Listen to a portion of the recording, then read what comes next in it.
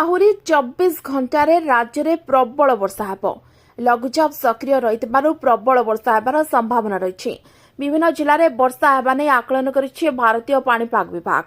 ପଶ୍ଚିମ ଆଭ୍ୟନ୍ତରୀଣ ଓ ଦକ୍ଷିଣ ଓଡ଼ିଶାରେ ପ୍ରବଳ ବର୍ଷା ନେଇ ସତର୍କ କରିଛି ପାଣିପାଗ ବିଭାଗ। ଝାଡ଼ଖଣ୍ଡ ଓ ଏହାର ପାର୍ଶ୍ୱବର୍ତ୍ତୀ ଅଞ୍ଚଳରେ ସକ୍ରିୟ ରହିଛି ଘୂର୍ଣ୍ଣିବଳୟ, ଯାହାର ପ୍ରଭାବରେ ଆଉ 24 ଘଣ୍ଟା ପ୍ରବଳ ବର୍ଷିବ।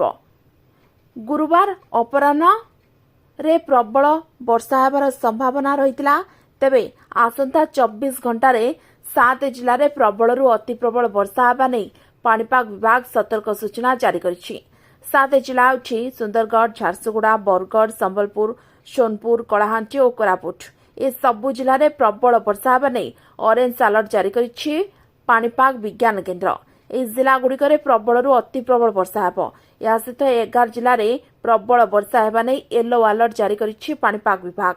11 ଜିଲ୍ଲା ହେଉଛି ଦେବଗଡ଼, ଅନୁଗୁଳ, ବୌଦ୍ଧ, କନ୍ଧମାଳ, ଗଞ୍ଜାମ, ଗଜପତି, ରାୟଗଡ଼ା, ମାଲକାନଗିରି, ନବରଙ୍ଗପୁର, ନୂଆପଡ଼ା ଓ ବଲାଙ୍ଗୀର।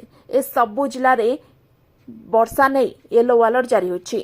ଉତ୍ତର ଉପକୂଳକୁ ବର୍ଷାରୁ ଆଶ୍ୱସ୍ତି ମିଳିବ। କୋହଲା ପାଗ ସାଙ୍ଗକୁ ହାଲୁକା ବର୍ଷା ଦେଖିବାକୁ ମିଳିବ ସତ, ହେଲେ ବଡ଼ ବର୍ଷା ହେବାର ସମ୍ଭାବନା ନାହିଁ।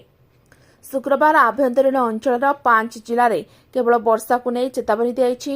ଏହାପରେ 5 ତାରିଖ ପରେ ପୁଣି ବର୍ଷାର ବିସ୍ତୃତି ବୃଦ୍ଧି ପାଇବ। ଆଗାମୀ ଦିନରେ ବର୍ଷାର ପରିମାଣ ବୃଦ୍ଧି ପାଇବ। ଜୁଲାଇ 5 ତାରିଖରେ ବର୍ଷାର ପରିମାଣ ବଢ଼ିବ। ପୁଣି ଏକ ଲଘୁଚାପ ଆସିବାର ମଧ୍ୟ ସମ୍ଭାବନା ରହିଛି। ଏହି ସମୟରେ ଓଡ଼ିଶାର ବିଭିନ୍ନ ଅଞ୍ଚଳରେ ମଧ୍ୟମରୁ ପ୍ରବଳ ବର୍ଷା ହେବାର ଆଶଙ୍କା ରହିଛି। ବର୍ତ୍ତମାନର ପରିସ୍ଥିତି ଦେଖିଲେ ମୌସୁମୀ ବର୍ଷା ଓଡ଼ିଶାରେ ପୁଣି ଥରେ ସକ୍ରିୟ ହୋଇଛି ଓ ଏହାର ପ୍ରଭାବ ଆଗାମୀ କିଛି ଦିନ ପର୍ଯ୍ୟନ୍ତ ରହିପାରେ ବୋଲି କୁହାଯାଇଛି। ବ୍ୟୁରୋ ରିପୋର୍ଟ, ଓଟି ଲାଇଭ୍। ଅଧିକ ଖବର ଦେଖିବା ପାଇଁ ଓଟି ଲାଇଭ୍କୁ ସବସ୍କ୍ରାଇବ୍ କରନ୍ତୁ ଏବଂ ଏହି ଖବରଟିକୁ ଅଧିକରୁ ଅଧିକ ସେୟାର କରନ୍ତୁ।